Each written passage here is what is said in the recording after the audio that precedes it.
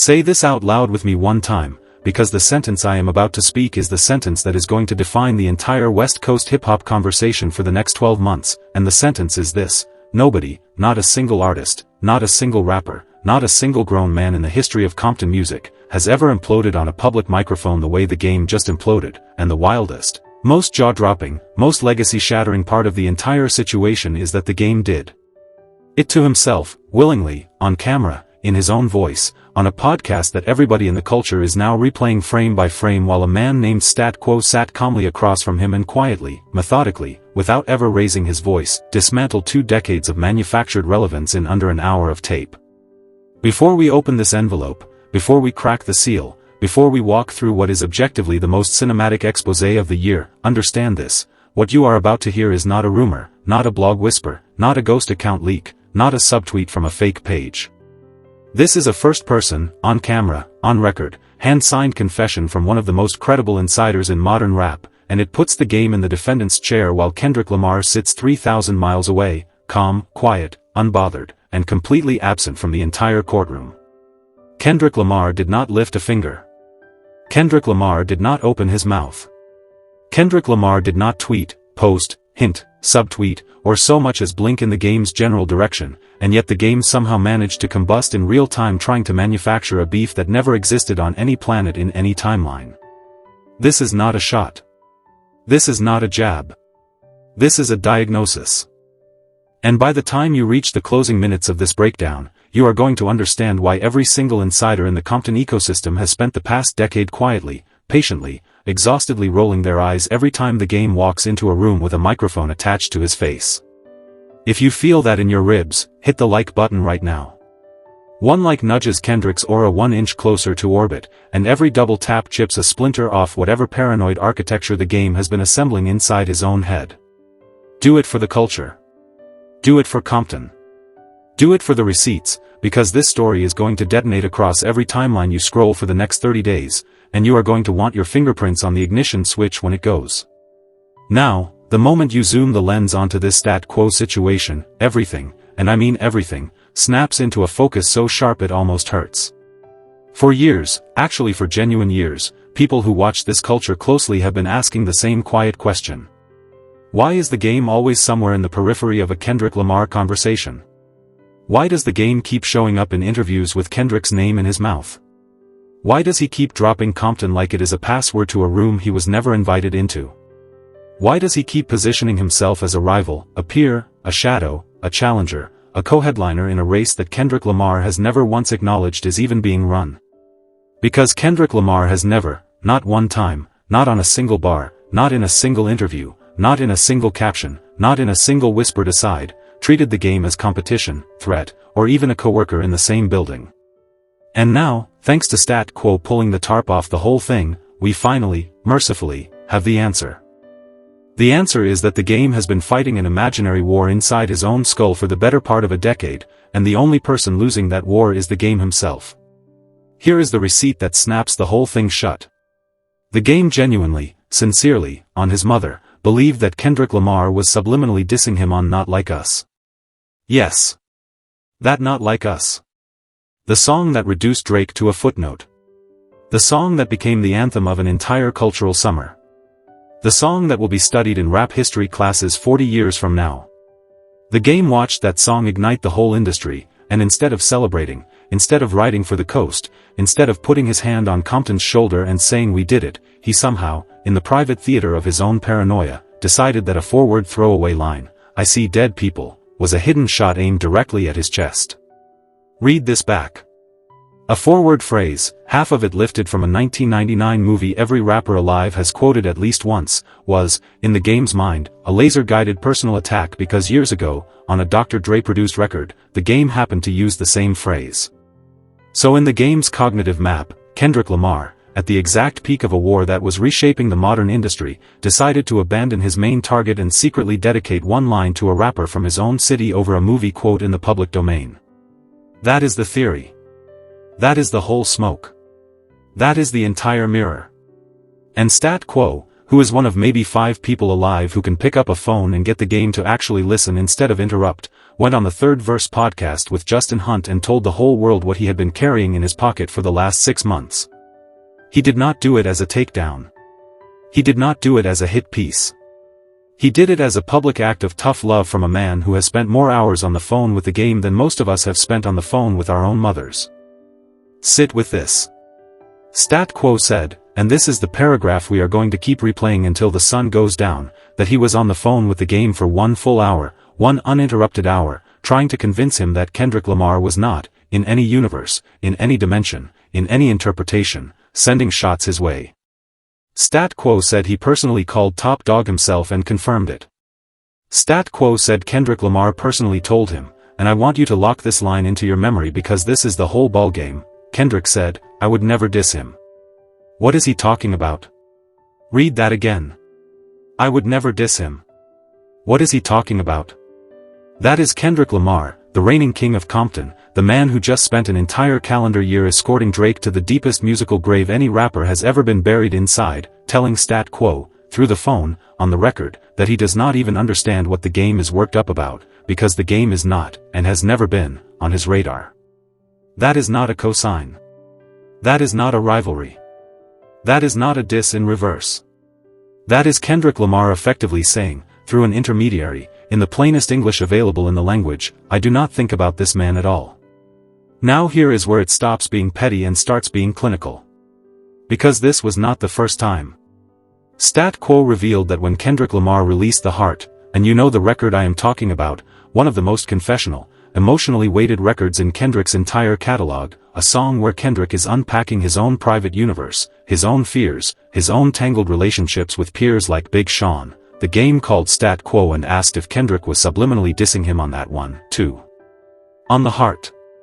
On a song where Kendrick Lamar is basically journaling out loud, essentially reading his diary into a microphone.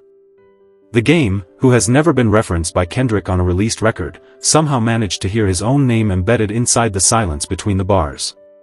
Read the room, game. Read it slower. That is not a paranoid moment. That is a paranoid pattern.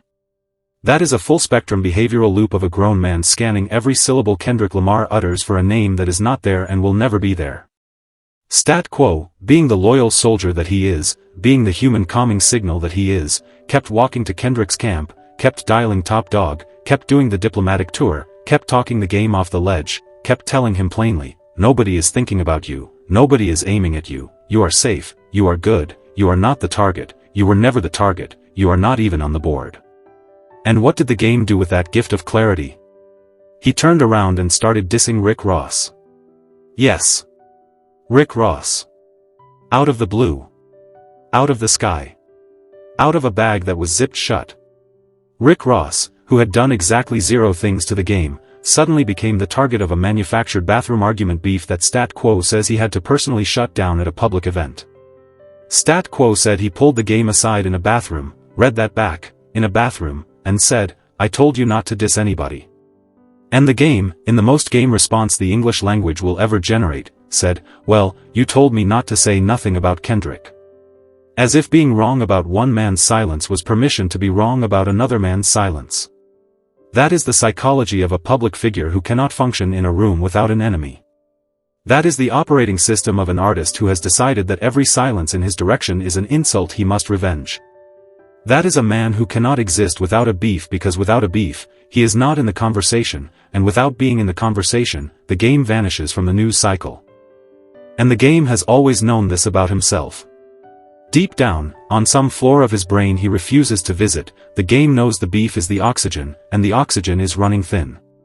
Now, before we go 1 inch further, let me put a spotlight on the caliber of source we are working with, because this is not internet gossip and I refuse to let anyone frame it that way. Stat Quo is not a random. Stat Quo is not a clout hunter. Stat Quo is not a podcast opportunist. Stat Quo is a former Aftermath and Shady Records artist, a man who has been in the room with Dr. Dre, with Eminem, with Kendrick Lamar, with Top Dawg, with every architect of West Coast and modern rap greatness that matters. When Stat Quo speaks about the game, he speaks as a peer, a friend, and an eyewitness. When Stat Quo said on that podcast, I am his conscience, I am the person he calls when he is about to set his own house on fire. Stat Quo was not bragging. Stat Quo was documenting. Stat Quo was telling us, on tape, in plain English, that one of the most decorated rappers of the 2000s cannot self-regulate without a phone call from an old friend intercepting him every 3 weeks. That is not gossip. That is a receipt with a resume attached. That is testimony from a man who has been in the war rooms the game only wishes he had been invited into. And shout out to Big Zo TV, because Big Zo TV is the platform that took this revelation and reframed it into the cultural moment it deserved to be. Big Zo TV said something on stream that we are going to be quoting for a long time. Big Zo TV said, "Imagine being so completely absent from someone's thought process, so entirely irrelevant to their creative universe, so utterly nowhere in their line of sight, that every single line they write, every breath they take on record, every syllable they release into the world, you assume is about you. That is not confidence. That is not competitiveness. That is not being a real one. That is a syndrome. That is a specific, recognizable, day-long mental loop.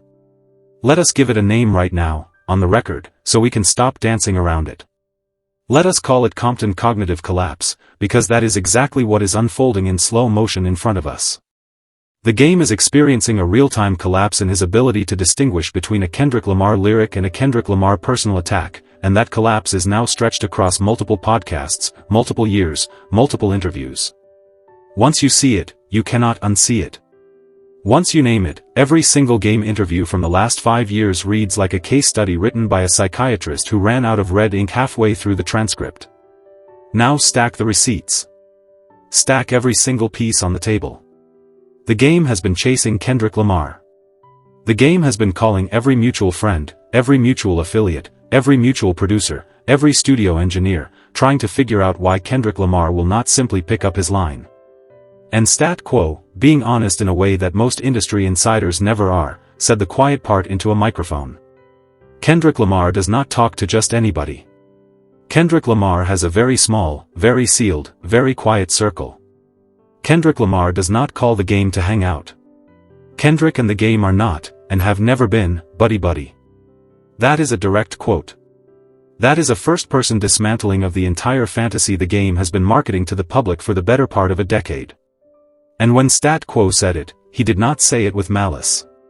He said it with the flat, tired honesty of a man who has been explaining the same reality to the same friend for the same 10 years and finally decided the culture deserved to hear the truth without a filter attached. And here is where the situation gets genuinely brutal, because Stat Quo did not stop there. He explicitly compared the game's relationship with Drake to the game's relationship with Kendrick, and the comparison is humiliating for the game in a way that is hard to walk back. Because Drake, per Stat Quo, is the artist who will fly out, book the studio, cover the flight, refuse the check, and pay for the loyalty in cash. Drake is transactional. Drake purchases relationships the way most people purchase groceries. And the game, being a man who confuses generosity with genuine friendship, mistook Drake's chess move for actual brotherhood. Meanwhile, Kendrick Lamar moves off inspiration. Kendrick collaborates with who he wants to collaborate with, when the muse says go, not before, not after, not on demand. Kendrick does not buy friends. Kendrick does not manufacture loyalty. Kendrick does not book flights to fabricate bonds. Which means the game, who wanted to be adopted, wanted to be inducted, wanted to be placed in the Compton royal family photograph, was never going to receive that call. Because Kendrick Lamar was never going to place it. Because Kendrick Lamar was never obligated to. Because Kendrick Lamar is Kendrick Lamar, and the game is a fan of Kendrick Lamar who happens to be a rapper from the same zip code. That is a hard sentence. Read it a second time. The game is a fan of Kendrick Lamar who happens to be a rapper from the same zip code. Stat Quo said the words verbatim. Stat Quo said, on tape, that the game is a fan of Kendrick. Not a peer. Not a rival. Not a competitor. A fan. And once you accept that framing, every single strange behavior the game has exhibited over the last 5 years snaps into a diagnostic pattern. The reaching. The insinuating. The podcast appearances. The subliminal hunting. The phone call obsession. The versus drama with YG. The alliance with Wack 100. The pivot toward Drake during the biggest cultural war Compton has ever fought. Every last data point is the behavior of a man who wanted a seat at the cool kids' table and got quietly informed there was no seat waiting for him. And instead of accepting that the seat was never coming, the game decided to flip the whole table over and pretend the entire meal was rigged from the moment he walked into the restaurant. Let me give a small, honest amount of credit where credit is owed, because I refuse to be the loudest voice in a room without being the fairest one in it, too. The game as a technical rapper is a monster. The game as a lyricist is a legitimate top-tier voice from the West Coast. The game at his peak dropped records that will outlive most of the people currently talking about him. Nobody is a better version of the game than the game. That much is not up for debate. But being a great rapper does not make you a great strategist. Being a great lyricist does not make you a great friend. And being a Compton legend does not entitle you to Kendrick Lamar's phone number. That is the whole game losing streak in one sentence. The game keeps confusing legacy with access. The game keeps confusing zip codes with relationships. The game keeps confusing being from the same city as being on the same team. And that confusion is the entire reason the game is out here, in this current year, still trying to figure out whether Kendrick Lamar dissed him on Not Like Us over a movie quote every rapper alive has used at least once in their career.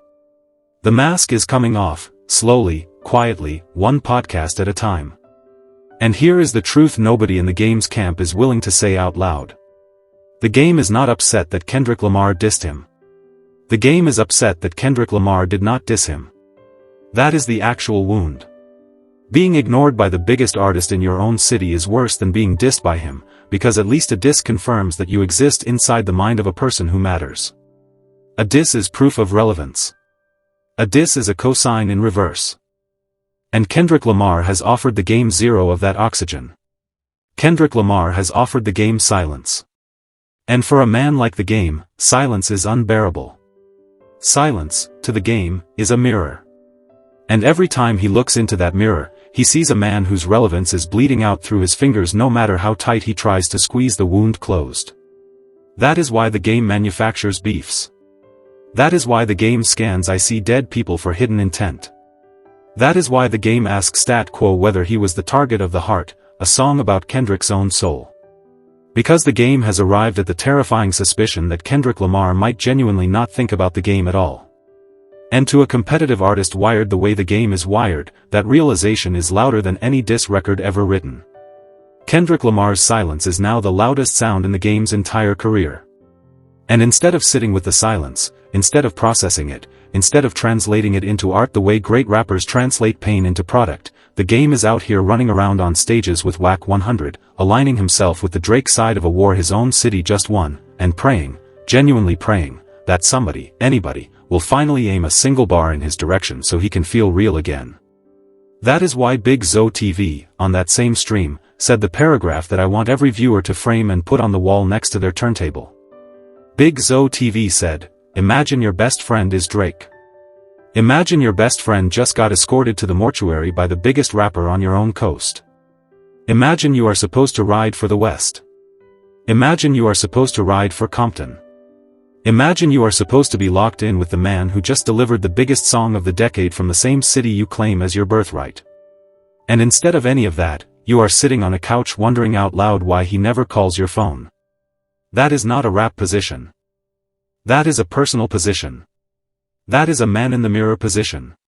And on all counts, the game has failed the assignment.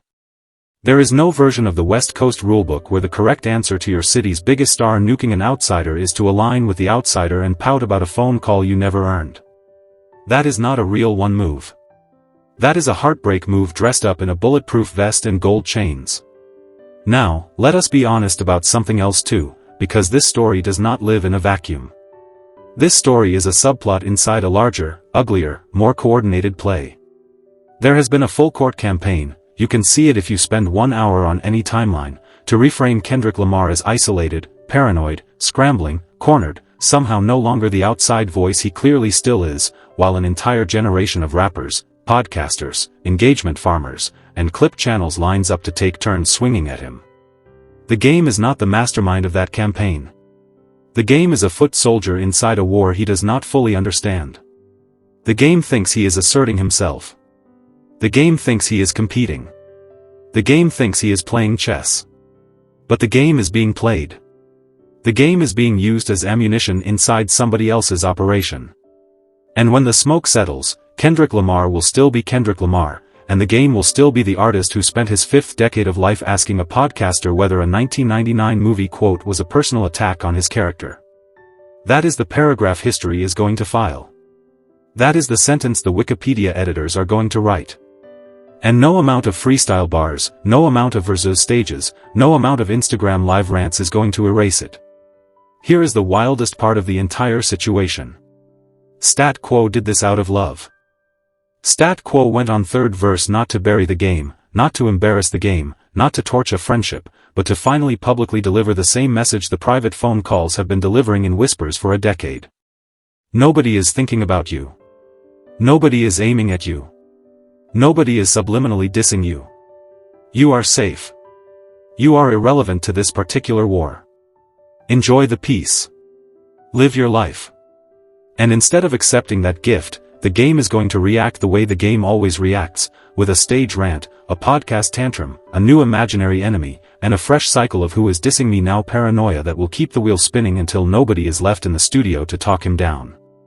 And the tragic loop is that every time the game reacts, he pours fuel on the very story he is trying to bury. Every time he denies it, he confirms it. Every time he yells about being disrespected, he validates every syllable Stat Quo just said. It is a self-feeding organism. It is eating the game from the inside out. So here is the question I want every single one of you to sit with, and I want the answer in the comments section within the next 30 minutes because I read every single comment and I want to see your side of it. Is the game genuinely, clinically paranoid, or is the game performing paranoia because paranoia is the last marketing strategy a fading star has left in his toolbox? Is Compton Cognitive Collapse a real psychological breakdown unfolding in public, or is it the smartest calculated marketing decision a legacy rapper has made in a decade? Because there is a version of this story where the game is a tragic figure and there is a version of this story where the game is a calculating businessman who understood, 20 years ago, that being adjacent to Kendrick Lamar is worth more than being unknown alongside him. Which version do you believe? Type your answer under this video. I need to know. I go back and forth on it myself, and I think the honest answer probably lives somewhere in the messy middle, a man who started out performing paranoia for clout and eventually convinced himself the performance was real. And while you are down there in the comments, hit subscribe. Hit the bell. Hit the like one more time so this breakdown reaches every single household in the Compton algorithm, because we are not finished. There is another shoe waiting to drop on this entire game versus Kendrick storyline, and next up we are going to walk through the YG versus game versus standoff, exactly what Wack 100 has been whispering behind the curtain, and why Kendrick Lamar's silence is about to become the loudest album release of the entire decade. That story is next. Do not move. Do not swipe. Do not blink. Because the moment Kendrick Lamar opens his mouth again, every single paranoid podcast rant the game has recorded in the last 5 years is going to look like the appetizer that arrived before the main course landed on the table. And the game is going to be sitting there, alone, in a dark studio, playing back every syllable one more time, hunting for his own name in the silence between the bars. Now let me widen the lens for a second, because there is a bigger anatomy attached to this Compton Cognitive Collapse, and if we do not diagnose it in full, we are going to miss the point. The game has spent the past 10 years building his public identity on proximity. Proximity to Dr. Dre. Proximity to 50 Cent, before that ended. Proximity to Aftermath. Proximity to G-Unit. Proximity to every West Coast conversation that mattered. Proximity, not partnership. Proximity, not peerage. Proximity, not power. And proximity is the most fragile currency in this genre, because the moment the person you are standing next to walks away, the currency evaporates. Kendrick Lamar has been quietly walking away from that photograph for a decade, and the game has been chasing the frame with a Polaroid camera, trying to get one more shot before the light dies. That is the emotional architecture underneath every strange podcast appearance, every random Instagram post, every paranoid subliminal hunt. Stat Quo, being the operator he is, understood this in a way that most industry mediators simply do not. Stat Quo did not go on third verse to embarrass the game. Stat Quo went on third verse to give the game a public exit ramp.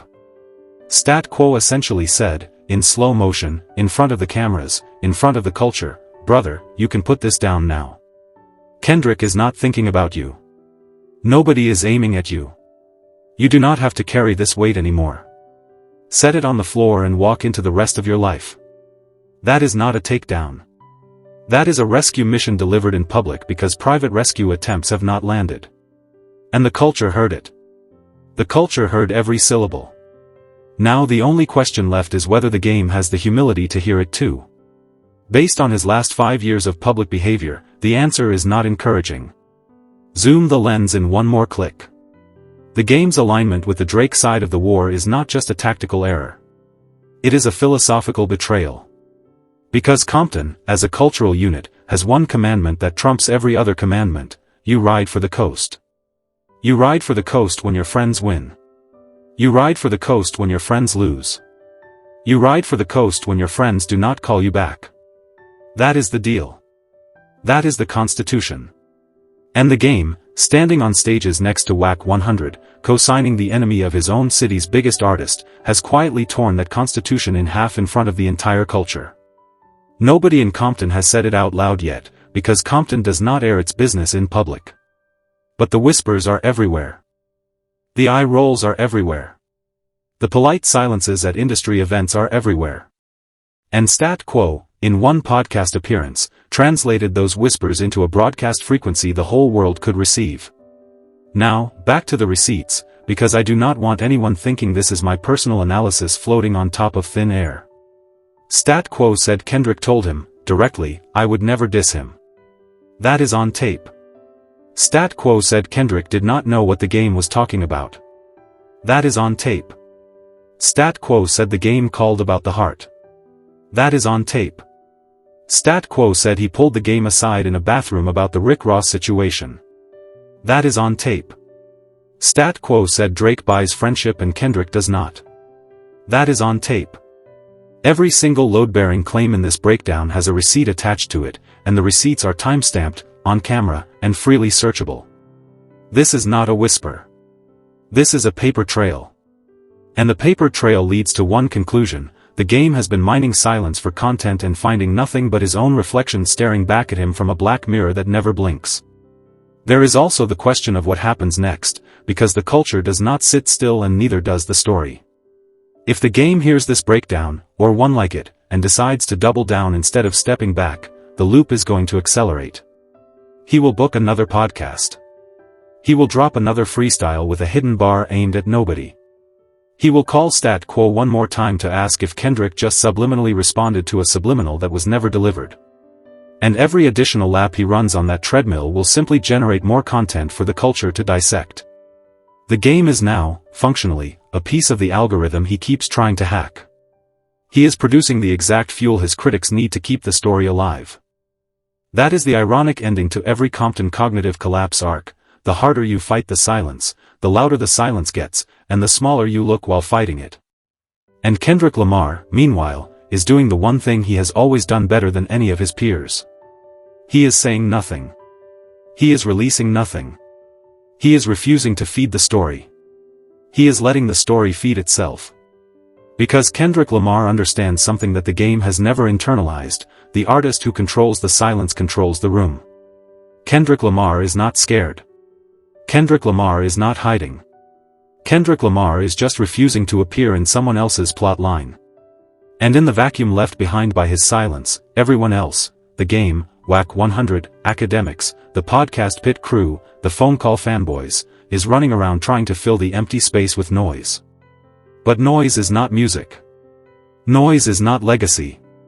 Noise is not what history remembers. History remembers the artist who stood still. And Kendrick Lamar has been standing still, magnificently, patiently, unbothered, for the entire duration of this manufactured drama. Let me pull one more thread before we land the plane, because this thread is the one nobody in the podcast circuit is brave enough to pull. The game did not stumble into this alignment with Wack 100 accidentally. The game walked into it eyes open, contract in hand, receipts filed. That is a choice. That is a strategic decision made by a grown man with 3 decades of industry experience. And the choice tells us more about the game's inner temperature than any freestyle he has ever recorded.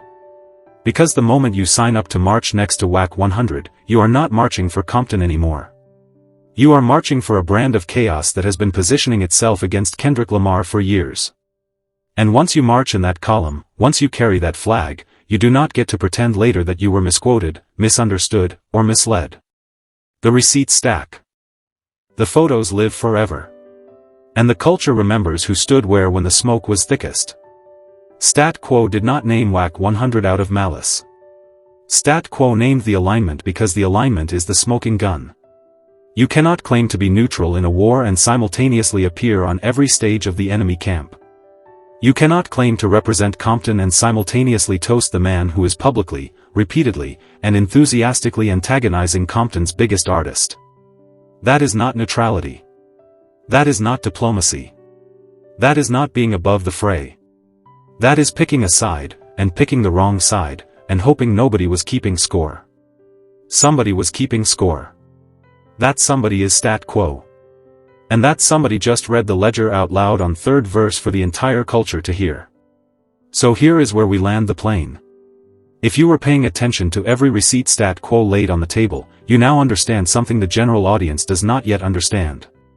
The Game vs. Kendrick storyline is not a beef. It is not a rivalry. It is not a battle of Compton titans. It is one man building a stage inside his own imagination and inviting an audience to a show the co-star never agreed to perform. That is the whole diagnosis. That is the whole autopsy. And every additional podcast the Game books until further notice is simply another chapter in the same book, a book that ends with Kendrick Lamar still on top of the mountain, still uninvolved, still uninterested, still writing the next verse of an entirely different story on a completely different floor of the building.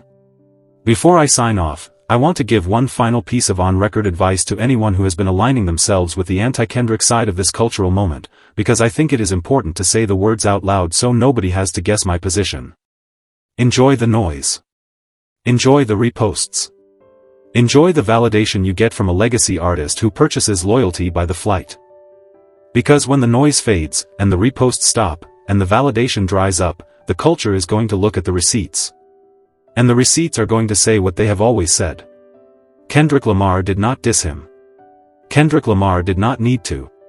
Kendrick Lamar simply refused to acknowledge that the war was even happening, and the man on the other side of the imaginary war collapsed in real time trying to force a response that was never coming. That is the ending. That is the paragraph in the archive. That is the sentence future editors will underline when they teach this era in a rap history course 30 years from now. Drop your take under this video before you swipe. Tell me, is Compton Cognitive Collapse the diagnosis of a lifetime, or is it the smartest late-career pivot a fading star has ever pulled? Tell me which version of the game you believe.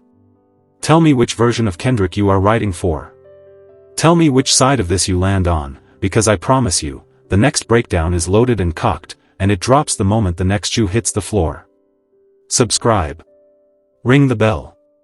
Set the notifications. And stay locked in, because the moment Kendrick Lamar opens his mouth again, every paranoid rant the game has ever recorded is going to sound like the appetizer that came before the main course. Until then, I am out. Stay sharp. Stay honest. And remember, Kendrick Lamar did not diss him. Kendrick Lamar did not have to. Kendrick Lamar simply kept breathing, kept writing, kept winning, and the silence did the rest of the work while the game was still hunting for a bar that was never coming. And that, ladies and gentlemen of the culture, is how a legend becomes a case study in real time, on a podcast, in front of a camera, with the receipts stacked so high the archive is going to need a second shelf to hold them all. Stay locked in, stay sharp, stay unbothered, because the next chapter of this story is already loading on the runway, and when it lands, you are going to want to be in the front row for the touchdown, the post-game, and the highlight reel that follows. Kendrick Lamar keeps winning. The game keeps swinging at ghosts. And the culture keeps watching, keeps scoring, keeps taking notes for the archive.